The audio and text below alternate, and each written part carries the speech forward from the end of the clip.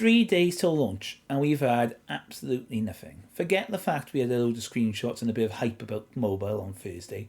Forget the fact we've had 2 screenshots off Apple Newsroom indirectly from Football Manager. And forget the fact, other than a please pre-order and get 10% off the store page for console, we've had sod all in terms of console UI and screenshots. And Miles was quite excited about that, remember?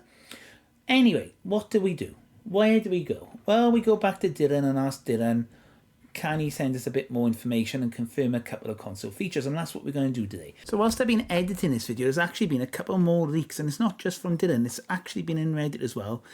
You're not going to like this. I've discussed it a bit further on, but I want to discuss it here as well. Okay, so this is a person playing in Bayern Munich that's been posting it on Reddit. And you can see that is a squad view. That is a default squad view, and oh my god, that is the ugliest thing I think I've seen. I'm going to touch on it a bit more with Dylan's video, but yeah, we got some issues here in console. The UI isn't as good as we thought it was going to be. So one of the things Dylan has also sort of confirmed is that FFP hasn't changed. Player registration hasn't changed. Player interactions hasn't changed. Transfer room is not the same in console as it is in PC. Which, if that is the case, is the biggest disappointment I've heard so far. God help me Tuesday when I go do a review on this, because if this is rubbish, or not a big change, what have they been doing for 2 years? Yes, tactics are in place. Yes, the map changing works. There seems to be a few missing bits of the puzzle at the moment in time. Let's get into the video. Let's give it a go. Let's see what has been confirmed. A lot of FM24 features, which they had, are going to be returning. So let's just go through them as well. It's not all negative. Some of it's positive. Some of it. Most of it, to be fair. Okay, so we've got a bit of more information, like I said, from Dylan. So this is a portal screen, and he's just showing me a couple of the menu screens he's got access to at the moment in time on the game. So the portal looks pretty much as expected. We can see club vision here is quite clear. We've got expectations and culture. You got the future of the club vision. That's nice and easy, pretty simple. One thing I did notice was quite clear here is that the overview in terms of the messages, calendar, opposition report, this is a lot less detailed than what we were getting in PC. So you can see that the bloat that was in PC, even though it's restricted and reduced, is going to be still a gap in between PC and console. So we can see your overview, messages, calendar, opposition report, stages, and news site. Not great. If we go to career, you can see here here's Dylan's career. One of the interesting things are that we have still got manager principles still here. So we can see dedication, leadership, and expressionism, and the mindset affinity. Although they have been developing that in manager creation mode, actually, manager principles, which was a core feature in FM24 console, is still going to be here. And I, for one, think that's a great idea. I was wondering whether or not they were going to sort of adapt it to be a bit more like what we've seen in PC and Mac, where people aren't actually having a staff attribute assigned to them. But the fact that they've still kept that element of that core element in console is great. The fact we still get choices on principles means it's still a little bit of a differentiating factor. But it would have been quite nice to have seen the creation plus the principles, if that's how it comes across in PC and Mac, as well as what we're getting with the staff attributes. I know there is that little element that we've got when we've seen PC and Mac when I've done that beta test using the controller. But, you know, there's still a bit of core console play there, which I'm all for as well. Okay, so these are the preferences. So it's basically save game, load game. Nothing major. You can see obviously here's where you have your Hall of Fame, your PlayStation Store for any purchases. I'm assuming that would include your unlockables as well. And yeah, just your career preferences, pretty much bog standard. That's FMpedia and search. The search bar works very similar to PC, so that's quite good. If the search bar makes it easier to find things, I'm all for that. I think it's a great feature in PC and Mac and FM26. It works quite nicely. I think if that comes into console, that will be great. Only problem is with console is it's a bit fiddly, obviously entering that information in on the search bar. But there you go. See, and now he's looking at Victor Gyökeres. Now this is one of the key things. He's looking at Gyökeres to explain what one of the problems he's experienced so far is. And it got picked up in the video by a lot of commenters, so let's just cover that right now. Victor Gyökeres should be at Arsenal at the start of this season. He isn't. He's still at Sporting Lisbon. Now, sorry, Sporting Club de Portugal, not Sporting Lisbon. Sorry for anyone Portuguese. Sporting Club de Portugal. Now, here's one of the problems they've got is the transfer system is not up to date. Now, whether or not that's because it's going to be a day one patch, whether that's because they just didn't expect anyone to be playing the game right now, I'm not quite sure why the hard disk copy has got the wrong information in it. It does feel a bit peculiar why that is there and why it's a thing. So what a lot of people picked up was, it could have been, I did ask this question, whether or not it was your world. And it wasn't your world. He said it was original mode, and he said that's how he set it up, but that's how it came across. And as you can see, a lot of the pop-ups are the same. You've got overview, personal, preference, performance, career, and comparison. No, that's squad. So squad gives us overview, first team. See, this is where I'm a little bit gutted. So we can see overview, first team, training, medical centre, squad dynamics, zones, and squad feedback. It would suggest, just looking at that, we don't get the depth again still on PC and Mac about under 21s and under 19s. We're probably just going to get the crappy reserves again, which I'll be honest with you is an absolute must for console. I mean, come on, man. You can't have under 21s and under 19 teams. I mean, it's ridiculous. So squad dynamics comes in this type of form, and I don't mind it. It's not terrible. You can quite easily see your squad dynamics. You can see your first team players. You can see your training and development. You can see your youth setup. You know, that's all pretty nice and neat, to be fair. It's not massive. It's not massive difference to what we were expecting in PC. It does feel like, oh, is this a little bit of a reskin on this bit? I'm a little bit concerned about it. But that being said, it's not terrible at this moment in time. It looks better, it looks cleaner, but it does look very similar to what I was expecting in FM24 console and reskin on this bit. It's a little bit, does it actually look any different here? Team dynamics, that's a squad page. You can see the buy-ins are still the same thing. I like the buy-ins. I'm glad this stays in for FM24. I really am. I think it's a bit of a shame that they didn't bring mindsets into FM26 for PC or Mac, to be honest with you. But, you know, it's a very clever way of doing it. You can see the hierarchy, you can see principles, and you can see those type of things. It's nice to have a console-only feature, which may still work. It'll be interesting to see if the dynamics and the player interactions have improved. So this is personal. So you can see here you got the player dynamics, buy-in changes, wages, happiness. You know, it's pretty much what you'd expect. Work permits active. It's all right, isn't it? It's not terrible. I don't mind that screen in terms of what the information there is. They do have promises. I did notice that it does have promises. So whether or not we get promises from player targets, player interactions, or it's basic of, yeah, we expect you to play next game, or we expect a certain performance, that'll be more interesting. So this is the actions button. So the actions button has moved in comparison to on where it is on PC and Mac. It's here. So you've got squad, training, transfer, contract, report, miscellaneous. It doesn't say anywhere, I don't think, on these. So we got move to reserves. It's just for reserves. Training report, rest, position, additional focus, training intensity, contracts. There doesn't seem to be anything really discussing player interactions. So it doesn't look like we're getting player interactions still on console, which is a shame. We should be getting more player interactions, if I'm honest with you. That should be a development of it. Whether or not console is actually as far advanced as we were originally thought, and I'm a bit concerned, but it does look better. It's whether or not it actually looks the same. Okay, so then he was showing me a couple of other things. So this is first team. Messages, I don't mind the messages. I think it's nice you can have a bit of advice, very similar to what they got on PC or Mac, where you can have a conversation with your assistant manager. I don't mind that. I don't mind the messages being like that. That's not too bad. So you do get a bit more coach interaction or assistant manager interaction about dismissing or accepting advice. Don't mind that at all. This is a news site. I don't mind this. Homepage.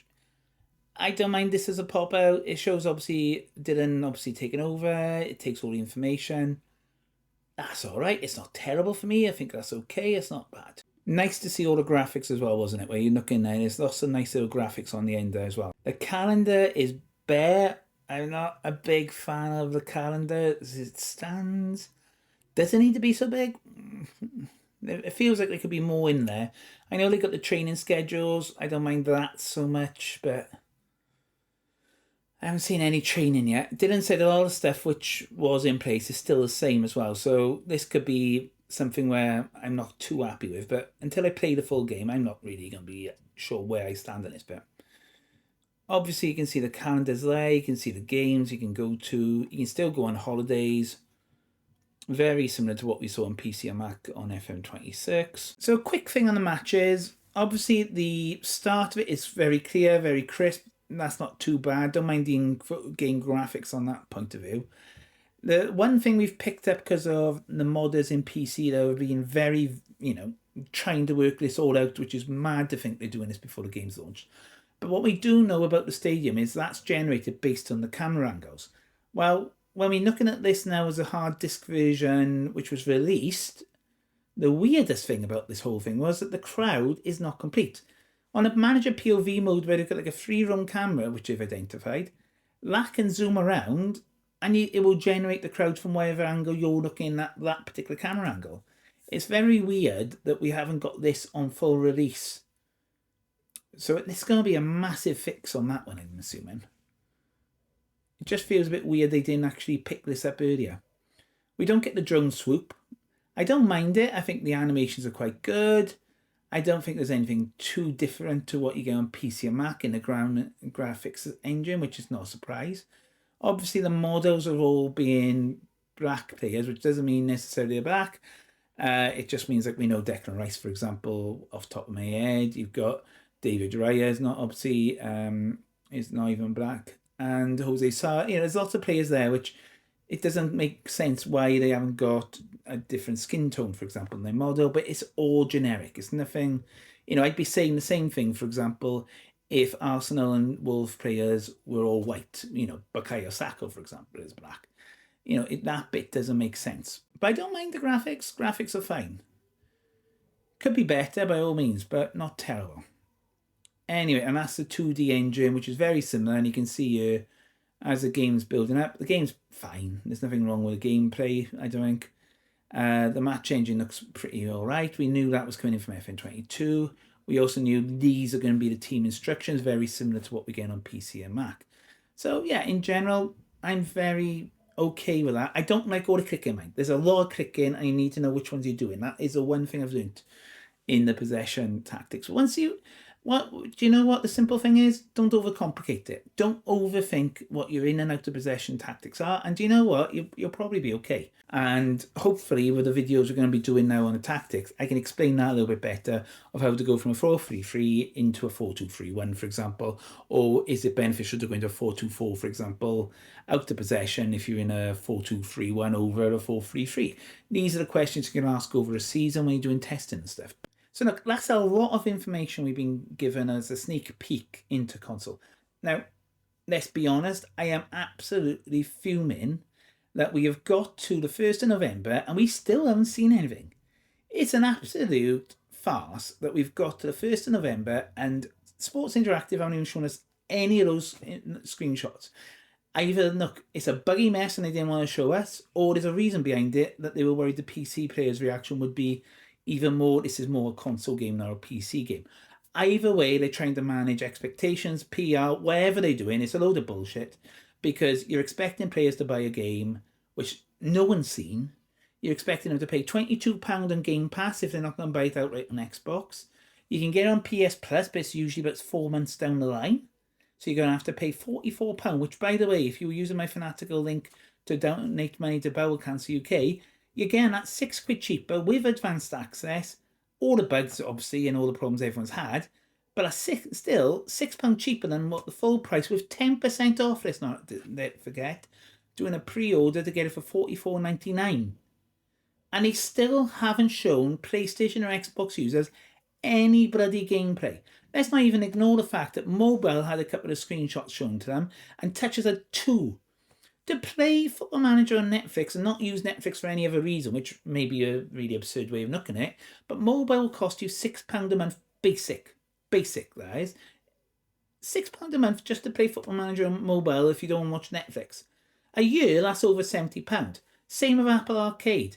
That's $6.99. per month.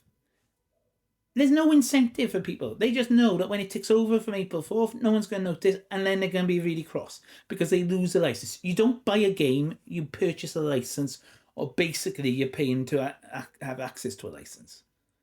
It's a ridiculous state of circumstances we're in, that you're on this close to the game and they're going, oh yeah, well, yeah, we got all these problems with PC and Mac and they are hardcore. And I've got people calling me out on Twitter going, well, you can't be a hardcore gamer, you play on console.